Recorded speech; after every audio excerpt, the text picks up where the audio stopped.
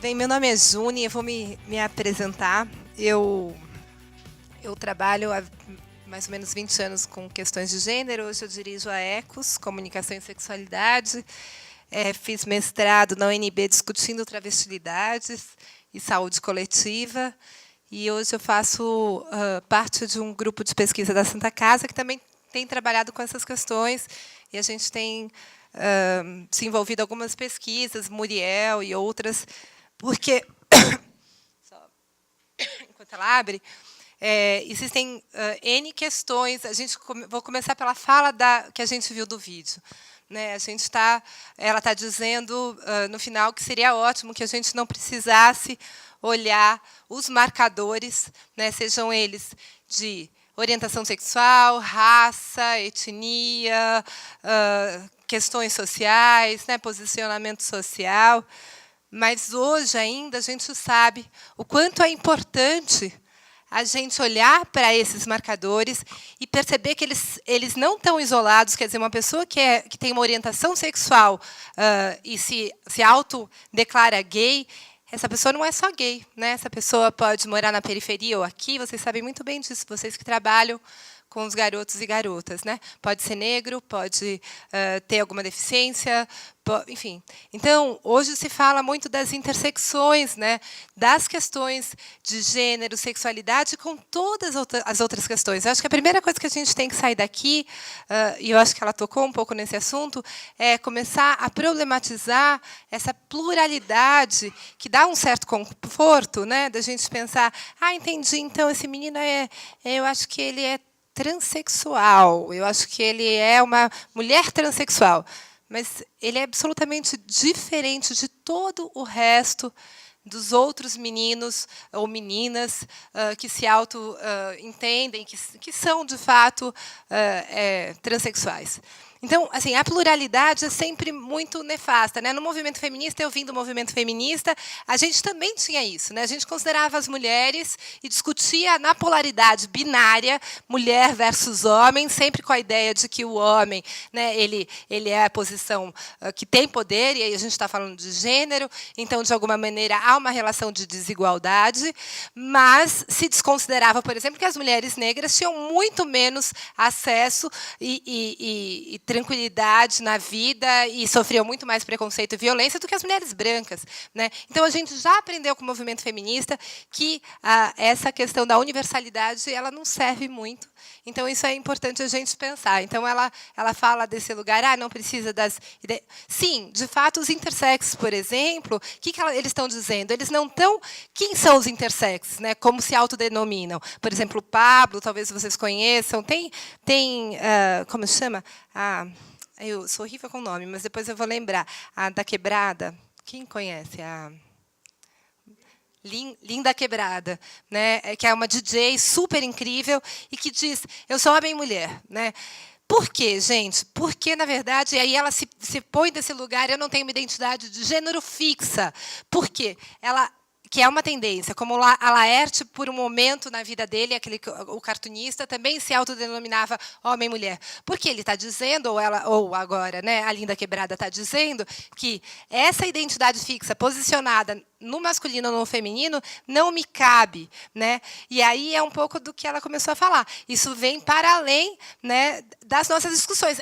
Isso é possível hoje, numa sociedade, por exemplo, a gente pensar na saúde coletiva, por exemplo. Você tem a área técnica da saúde do homem, a área técnica da saúde da mulher, sei lá, o banheiro masculino, o banheiro feminino, o presídio masculino, etc., etc. Né? Então, encaixar essa multiplicidade que ela começou a falar de identidades é complexa, é difícil. Né? Então, as políticas estão andando aqui e a vida concreta e as pessoas já estão ali, o que é natural. O que é bom é que essas coisas que vêm acontecendo aqui, elas empurram e problematizam as nossas falhas e as nossas dificuldades no campo da saúde e da gestão pública. Eu sou gestora também, trabalho no Programa Municipal de AIDS, trabalhei no Ministério da Saúde há muito tempo, então, essa coisa da política política e das identidades é complexa, né? Porque aí você vai lutar. Então, tá bom, então agora vai ter um serviço específico para travestis e trans, é isso que a gente quer? É importante em alguma medida, como um polo de formação, mas essas pessoas têm que ter direito a entrar na atenção básica, né? Então, todas essas questões identitárias, elas servem para uma luta, mas elas também cambiam e elas também não podem ser entendidas como, então ela é uma travesti, pronto, entendi, acabou. Não, ela é uma travesti, ela tem uma história e ela tem um jeito de ser completamente diferente da sua cabeleireira ou da sua outra amiga travesti, que seja. Né? Então, eu acho que essa é uma das coisas que a gente está falando. Quando a gente fala de gênero, a gente está falando de construções culturais. Não dá para falar de gênero atemporalmente.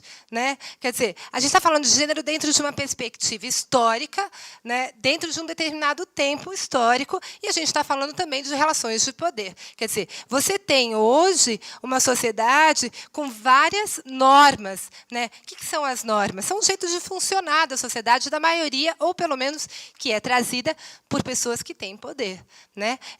Pessoas e situações que garantem o status quo do que tem. Então, as normas de gênero, por exemplo, há muitíssimo pouco tempo atrás, é incrível a gente pensar que, sei lá, nos anos 60, por exemplo, minha avó conta, e contava para mim quando eu era criança, que transar era reprodução. Não existia isso de transar porque a gente gostava, porque era legal, vou dar uma pinta, eu vou fazer um atendimento aqui, como dizem os nossos amigos ali, não sei o quê. Não. Tu vai transar para a reprodução. Transar com prazer, com tesão, existia para os homens que transavam com as profissionais do sexo, que não eram chamadas assim, falavam, enfim, as garotas que cumpriam esse papel, né? Ou as outras, as concubinas, que não eram profissionais do sexo, mas eram as amantes, era aquela que ficava ali no cantinho. Isso era muito comum, né? Nas casas de engenho. Então, tinha a mulher tradicional, que tinha os filhos, não sei o quê, e os filhos ilegítimos, que também entravam, às vezes, na casa e eram criadas pela própria mulher. Isso faz muito pouco tempo. Né? Em algumas regiões desse país, em outros países, isso ainda acontece. Né? Então, as questões de gênero, né, as expressões de gênero, o que cabe à mulher, ela vai mudar, ainda bem, com o tempo. Quer dizer, o cabe à mulher em relação à sexualidade, há pouquíssimas décadas atrás, era a mulher é feita para ficar em casa, cuidar do marido, do lar, e isso era errado? As pessoas eram infelizes? Não, era um valor. Existiam pessoas que questionavam, algumas, mas, de um modo geral, era um valor atribuído. A mulher na escola, ela aprendia coisas completamente diferentes. As cartilhas de sexualidade para os homens falavam de prazer de várias coisas. A cartilha de sexualidade para a mulher falava de docilidade, de estar sempre atendendo o homem, mesmo que ela não tivesse desejo. Quer dizer, e não entender isso é não entender um pouco o resquício disso hoje nas cobranças que temos enquanto homens, enquanto mulheres. Outra coisa que eu acho que é importante falar das discussões de gênero é que ela não tem a ver só com, ao contrário. Relações de gênero são relações entre homens e mulheres de desigualdade de diferentes níveis. Agora, não dá mais para a gente imaginar como a gente pensava antes. Até mesmo no próprio um grupo do movimento feminista, das pesquisadoras feministas, que as mulheres são sempre vítimas e os homens malvados são sempre os... Existe uma relação desigual de poder? Existe. Está aí o feminicídio para provar isso para a gente. Né?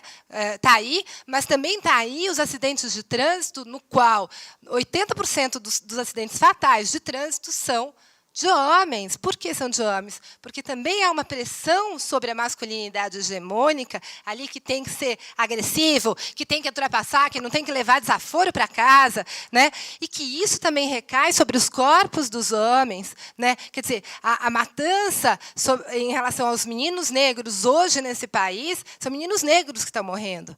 Né? Então, assim, isso é expressão de gênero e isso significa também pensar que as construções de gênero, elas têm valores, mas elas causam sofrimento e dor para homens e mulheres ao longo da vida. Né? Então, é pensar que as relações de gênero elas estão nesse pedacinho aí.